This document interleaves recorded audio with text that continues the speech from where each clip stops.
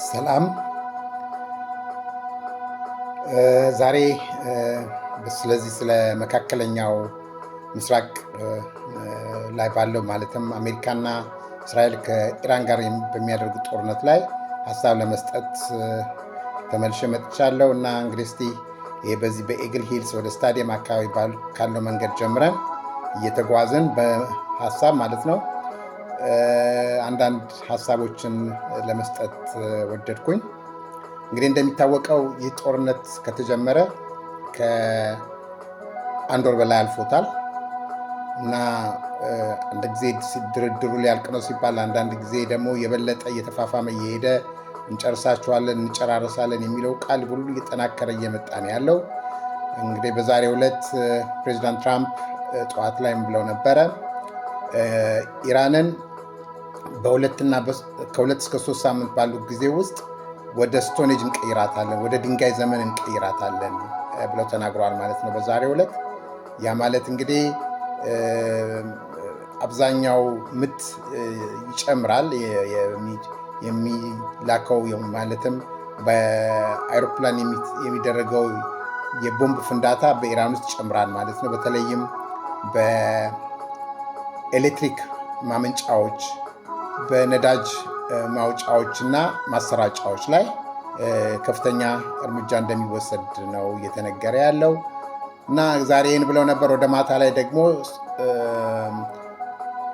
ከኢራን ጋር ስትሮንግ ቶክ እያደረግን ነው፣ ማለትም ለመስማማት ንግግር እየተደረገ ነው የሚል ነገር ተናግረዋል። እንግዲህ ተጨባጭነት የለውም። ሰውየው ጠዋት አንድ ነገር ይናገራሉ፣ ማታ ላይ ወይም ደግሞ ድርድሩ እያለ ጦርነት ይካሄዳል። እንደዛ ነው እና ግን ያው ያሉትን ለማለት እንግዲህ እንደዚህ አይነት ሁኔታዎች ናቸው ያሉት። ግን አሁን ትልቁ ነገር በዓለም ኢኮኖሚ ላይ ይህ ሁኔታ በተለይም የስትሬት ኦፍ ሆርሙዝ መዘጋት ከፍተኛ ችግር እየፈጠረ ነው። ማለትም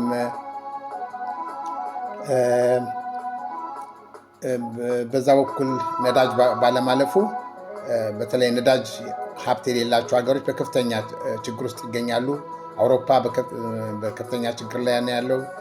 እንትኑ ዋጋው የቤንዚን እና የጋዝ ዋጋ ደብል ጨምሯል ማለት ነው። አፍሪካም ውስጥ እንደዚሁ፣ ሀገራችንም እንግዲህ የዚሁ ተጎጂ ነች ማለት ነው እና ምክንያቱም ነዳጅ ሀብት ስለሌለን ማለት ነው። እና እንግዲህ ሁኔታዎች በዚህ መልኩ ነው ያሉት እና አሜሪካ እንደዚህ ባለበት ወቅት ኢራንም እኛም እናንተ ያን የምታደርጉ ከሆነ የገልፍ ሀገሮችንና እስራኤልን እንመታለን፣ የኢንፍራስትራክቸሮችን እናወድማለን እያሉ ነው ያሉት።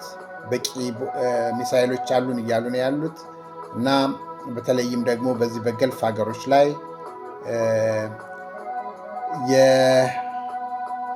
የተለያዩ ኢንፍራስትራክቸሮችን፣ የነዳጅ ማውጫዎች ቦታዎችን እና ጉድጓዶችን ለመምታት እንዘጋጃለን ነው የሚሉት ኢራኖች አሁንም ማለት ነው።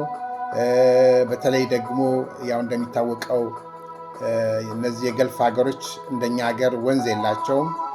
ውሃ ለመጠጧ የሚጠቀሙት የባህርን ውሃ እየመጠጡ እያወጡ ጨውን እያስወገዱ በማሽን ማለት ነው። በጣም በከባድ ዋጋ ወይም ደግሞ በከባድ ዶላር የተገነባውን ማውጫ የውሃውን የጨውን የባህር ውሃ አውጥቶ ጨውን ከዛ ካስወገዱ በኋላ የሚጠቀሙበትን ውሃ በከፍተኛ ገንዘብ ነው እነዚህ የገልፍ ሀገሮች ማለትም ሳውዲ አረቢያ፣ ኩዌት፣ ባህሬን፣ ኳታር እነዚህ የመሳሰሉት ሁሉ በእንደዚህ አይነት ሁኔታ ነው የሚጠቀሙት እና ያንን እመታለሁ እያለች ነው። እንዳው በነገራችን ላይ ግብፅ ከኛ ጋራ ማለትም ኢትዮጵያ የባህር ወደብ የላትም። አንድ የምታገኘው ውሃ ከወንዞቿ ነው። ከወንዞቿ ካሏት ወንዞች ነው ውሃ እያገኘች እና እግዚአብሔር አንዳንድ ከሚዘንበው ዝናብ እና ከዛ ብቻ ነው እነሱ። ግብፅ ግን ብዙ አማራጮች አላት። ከዛ ሜዲትራኒያን አላት። ከዚህ በዚህኛው ሳይድ ደግሞ ቀይ ባህር አለ። ልክ እንደዚህ እንዳረቡ ሀገሮች ማውጣት ስትችል ማለትም አጣርታ ጨውን አጣርታ መጠጣት ስትችል የህልውና ጉዳይ ነው።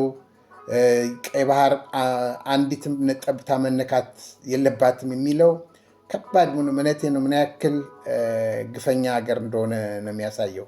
እና ብዙ አይነት ስራ መስራት ሲችል ኢትዮጵያ ያው እንዳልነው እነሱ በሸረቡት ሸርብና እንደዚሁም አንዳንድ የምዕራባውያን ባደረጉብን ግፍ ከባህር ተወግደን አሁን ያለን ወንዝ ብቻ ነው፣ ወንዞቻችን ናቸው። እና ይህም የሚያስተዛዝብ ነው ማለት ነው። ልክ እንደዚህ እንደ አረቡ እንደ ገልፍ ሀገሮቹ ግብጾች ውሃ ጣርተው መጠጣት ይችላሉ ከባህር ማለት ነው። በተለይ ግብፅ በሁለት ባህር የተከበበች ነች፣ በሜዲትራኒያን እና በቀይ ባህር። እና ይህ እንደዚህ አይነት ነገሮች አሉ። ኤኒዌይስ አሁን እንትናችን አጀንዳችን በዚህ በገልፍ ሀገር ላይ ስለሆነ በዛ ወደዛው ልመለስ ስለ ጦርነቱ። እና እንግዲህ አሜሪካ ይህንን ብለዋል። ኢራኖችም እየፎከሩ ነው ያሉት። እና በተለይ ኢራኖች ያው መከላከል አይችሉም፣ ግን ያው እርምጃ እንወስዳለን ነው፣ እናንተ ያንን ካደረጋችሁ እኛ ይህንን እናደርጋለን የሚል ነው። እና አሁን በተለይ ደግሞ ዛሬ ደግሞ ዘንበል ብለው ስትሮንግ ቶክ እያደረግን ነው ከኢራን ጋራ። ምናልባት ጦርነቱ የሚያልቅበት ሁኔታ እንደሚኖር ወደ ማታ ላይ እየተናገሩት ነገር አለ ለጋዜጠኞች። እንግዲህ የምናየው ይሆናል። ይህንንስ እስራኤልና እነዚህ የገልፍ ሀገሮች ይቀበሉታል ወይ? ዝም ብሎ ከላይ ስምምነት ተደርጎ አሜሪካ በቃኝ ብላ ብትሄድ ያ ማለት በጣም ትልቅ ግፍ ነው። አንደኛ ስትሬት ኦፍ ሆርሙዝ በኢራኖች ይያዛል ማለት ነው።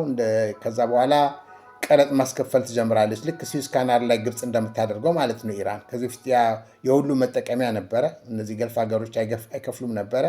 እና በተለይ ለአረብ ኤሚራቶች ለነ ካታር ምናምን ይሄ ጥሩ ነገር አይደለም፣ አሜሪካን ያንን ካደረገች ማለት ነው። እና ሁኔታዎች በጣም የተመሰቃቀሉ ናቸው ማለት ነው። ይህንን ይፈልጉታል ብለን አንገምትም። እነዚህ አረብ ሀገሮች እዛ ላይ ጥሩ መፍትሄ እንዲገኝ ይፈልጋሉ። ኢራን የምትዳከምበት ሁኔታ ይፈልጋሉ። እነ ሳውዲ አረቢያ፣ እነ ካታር እንኳን ብዙም አለና አረብ ኤሚራትና አማን የመሳሰሉት ማለት ነው። ካልበለዛም ኢራን በዚህ መልኩ ከተተዎች ከዚህ በኋላ አንበሳ ነው የምትሆነው ማለት ነው። እና ለቀጠናውም ሆነ ለአፍሪካም ከባድ ሁኔታዎች ይፈጠራሉ። ያው እንደሚታወቀው በአሁኑ ሰዓት ሂዝቦላን የምትረዳው ኢራን ነች። በዚህ የሁቲ ጎሳዎችን የምትረዳው ኢራን ነች፣ የመን ውስጥ ማለት ነው። ኢራቅ ውስጥ ያሉ ተዋጊዎች አሉ። ኢራቅ ውስጥ ራሱ ገብታ የምትረዳው ኢራን ነች። ሻቢያን እና የሱዳኑን አብዱራህማን የሚባለውን አክራሪ ሰው የምትረዳ ሁሉ እስላም ነች። ያው የግብፅ አሽከር ነው ሰውየው። እና ይህ ሁሉ አለ።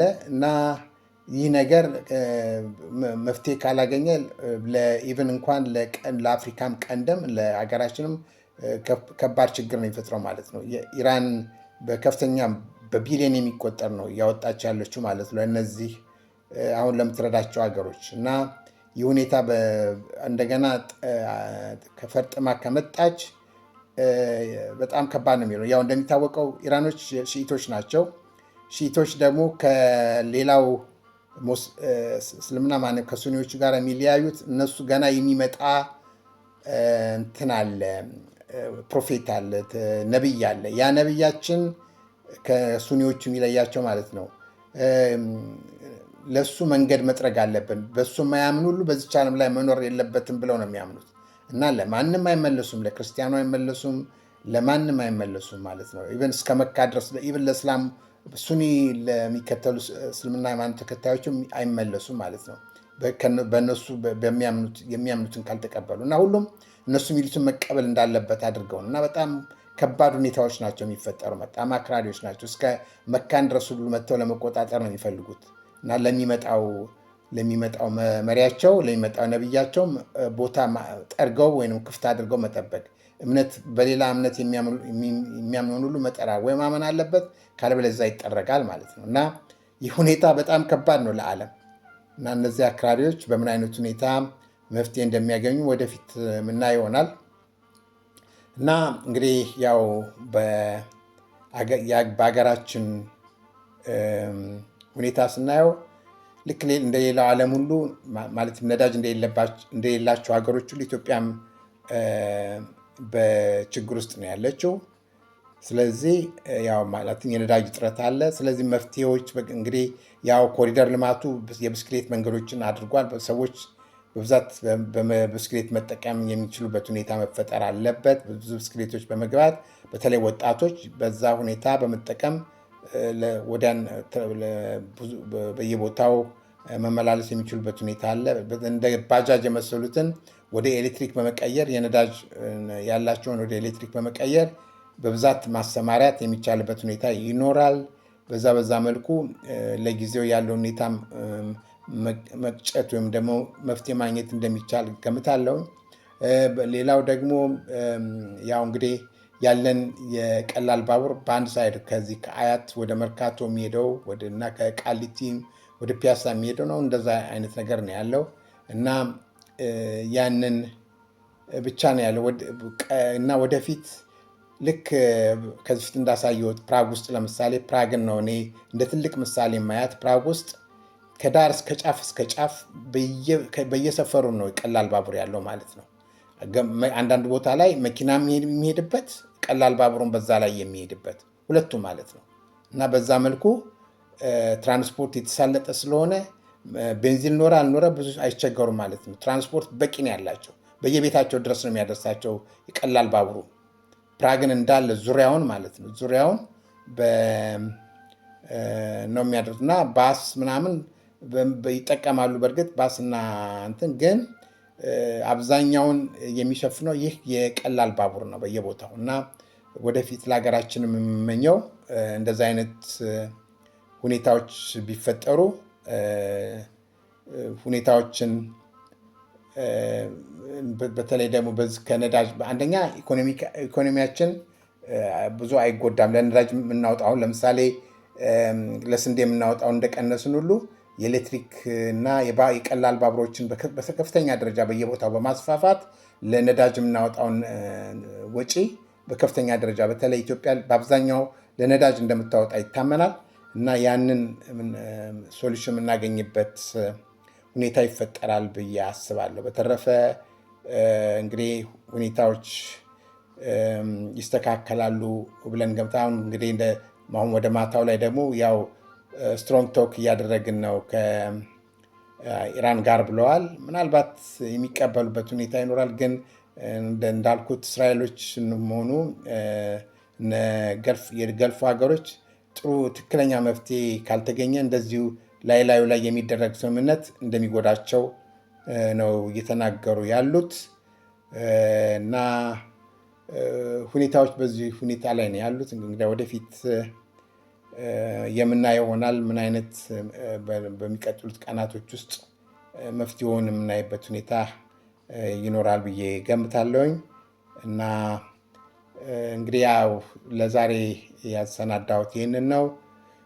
ኢትዮጵያ ወደ ባህር የምትመለስበትም ሁኔታ ምናልባት ይሄ አሁን እንደምናየው ከሆነ አሜሪካን በናቶ ላይ በጣም አምርረዋል፣ ተናደዋል። ምክንያቱም ናቶ አልደረሰልንም ብሎ ነው ሮናልድ ትራምፕ እየተናገረ ያለው።